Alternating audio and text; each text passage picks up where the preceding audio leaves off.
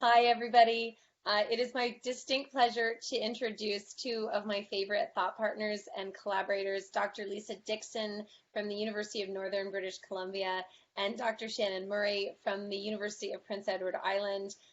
All three of us, I'm Jessica Riddell, I'm at Bishop's University, and all three of us are Shakespeareans by training and disposition. We're working on a book on critical hope and what Shakespeare can teach us about critical hope. And we also just hosted a webinar called Naming, Claiming, and Aiming Our Responses to the Pivot for Empathetic Design. And we'd just like to give you a few of those highlights. Hey, Shannon, can you share with us your story? Yeah, in short, I talked about this being the most difficult teaching moment of my, 35 years in the classroom.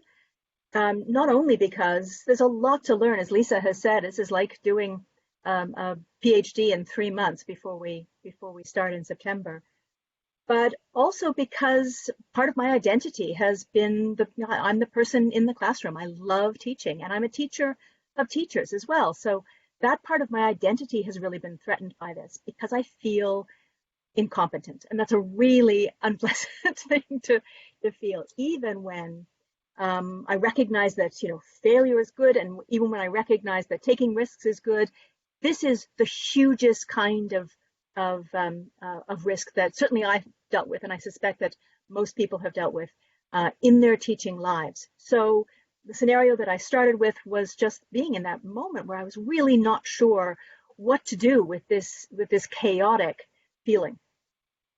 Thank you, Shannon. And thank you for having the courage to be vulnerable and to be open to, I think Parker Palmer says there are broken-hearted people, those who are broken apart and those who are broken open. And I love that your initial reaction was to break open and to be vulnerable and to share that story. And Lisa, can you talk to us a little bit about a framework that might be able to help with that broken open piece, to take that discomfort and to shape it in meaningful ways?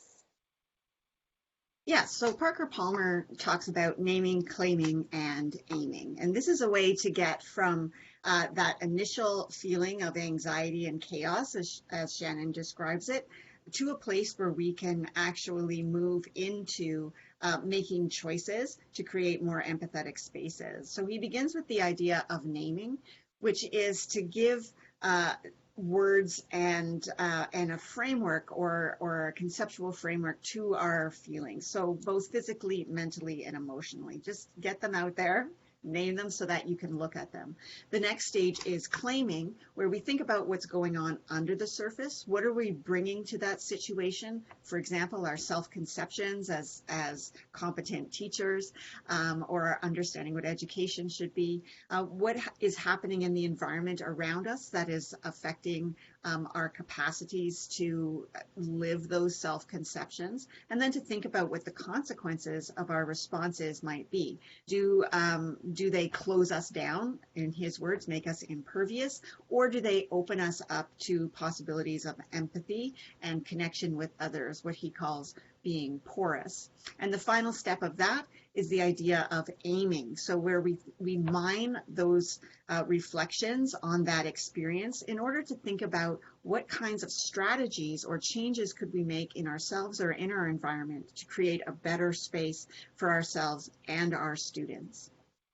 Thank you. And that critical reflective practice is so important, not just for our own experience and figuring out what we're doing, but as you say, in our environment and designing for empathy. So imagining how our students are feeling. If we're this uncomfortable, Shannon, you are one of the most well-recognized and lauded educators in Canada. And if you're feeling this kind of discomfort, what are our students feeling as expectations have rapidly shifted, as our professors go from mastery to position of learner, where authority, for better or for worse, has been entirely decentered, and where we're managing a whole lot of unknowns with cognitive overload.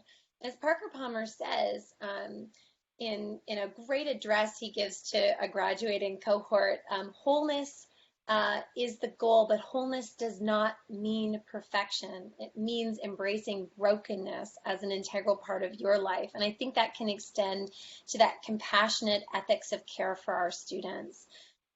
Can I just lob it back to you for some final thoughts or insights to people who are struggling with discomfort right now, Shannon?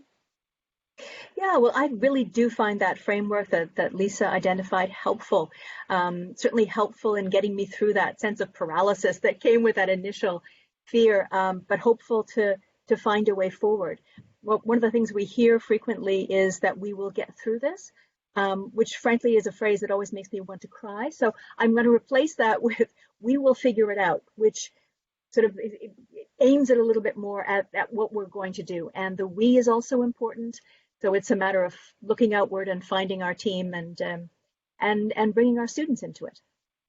I take away from this is the idea that our responses, even in those very difficult times, can give us a lot of really good information that we can use going forward. We might not be able to act on it right away, but that process of doing the reflective piece can be really, really helpful. To help us work our way from from just sort of screaming and howling into the storm into some kind of productive action that can make things better for ourselves and for our students. So if I'm going to do one thing this summer, it's going to be continuing that reflective practice and finding my people so that I can share that experience and that reflection with them. Absolutely, and we're going to carry on these conversations. We hope to build a community of people thinking carefully and critically about that, to give space for critical reflective practice, which moves from the helpful to the hopeful. So if you're interested, please connect with us. We're really interested in carrying on these conversations with you all as we move into fall 2020 and beyond. Thanks, everybody.